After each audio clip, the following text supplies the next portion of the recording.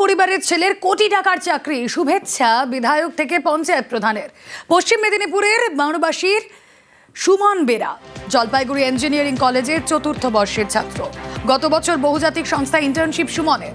ইন্টার্নশিপের পরে বার্ষিক কোটি টাকার মাইনের অফার লেটার। চলতি বছরের জুলাইতেই ওই সংস্থায় যোগ দেওয়ার কথা সুমনের।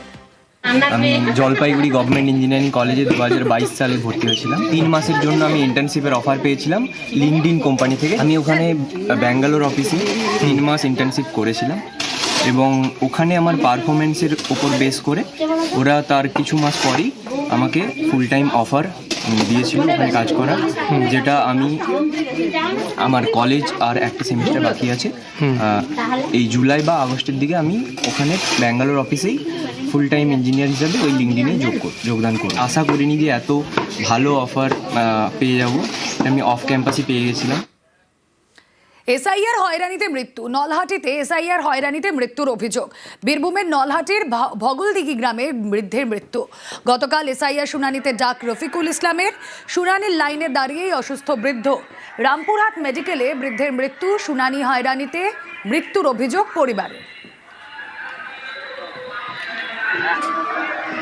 অনেক জায়গায় ভুল আছে। তোমার দাদা যেদিন থেকে নোটিশ পাই সেদিন থেকে এসআইআর যেদিন থেকে নোটিশ পাই সেদিন খুব চিন্তিত ছিল। কালকে প্রায় 9টার দিকে বাড়ি থেকে বেরিয়ে যায়, এসআইআর এর লাইনে দাঁড়িয়েছিল, সেখানে অসুস্থ হয়ে পড়ে।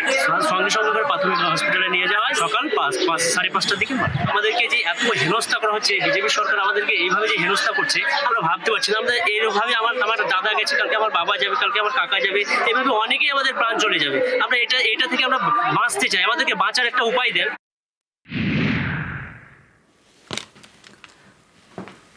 নদিয়ার এসআইআর শুনানিতে বিশেষভাবে সক্ষম দম্পতি। কল্যাণী ব্লক অফিসে শুনানিতে বিশেষভাবে সক্ষম মহিলা। স্ত্রীর সঙ্গে শুনানিতে বিশেষভাবে সক্ষম স্বামী। সগুনা পঞ্চায়েতের 56 নম্বর বুথের বাসিন্দা ওই দম্পতি। বিএলওকে জানানোর পরেও শুনানিতে ডাক।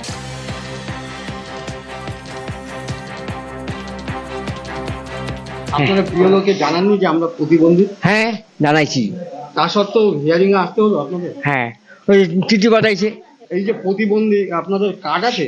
আমার আছে। এই শারীরিক প্রতিবন্ধী জানানো সত্ত্বেও হিয়ারিং এ আসতে হলো আপনাদের? হ্যাঁ হ্যাঁ হ্যাঁ। বিএলও যে ছিল তোমার, তো হবে না তোমার বাড়িতে হবে এমন কিছু বলেছে? না কিছু বলেনি? না। এখানে আসতে বলেছে? হ্যাঁ বিডিও অফিসে যাইতে কইছে। আপনি তো শারীরিক প্রতিবন্ধী, হ্যাঁ জানিয়েছিলেন বিএলওকে যে আপনি প্রতিবন্ধী? হ্যাঁ। কতটা হ্যান্ডিক্যাপ এই বিষয়ে কোনো আমাদের ইনস্ট্রাকশনও দেয়নি, আমাদের নোটিশ দিয়েছে, আমরা দিয়েছি। আর তাছাড়া আমাদের বললো যে চলতে ফিরতে পারলে কোনো অসুবিধা নেই, সেই রকমের ইনস্ট্রাকশন তো আমাদের কাছে দেয়নি। বাড়িতে করা যেত, বা উনি আমাকে রিকোয়েস্ট করেনি যে আমি হ্যান্ডিক্যাপ যেতে পারবো না।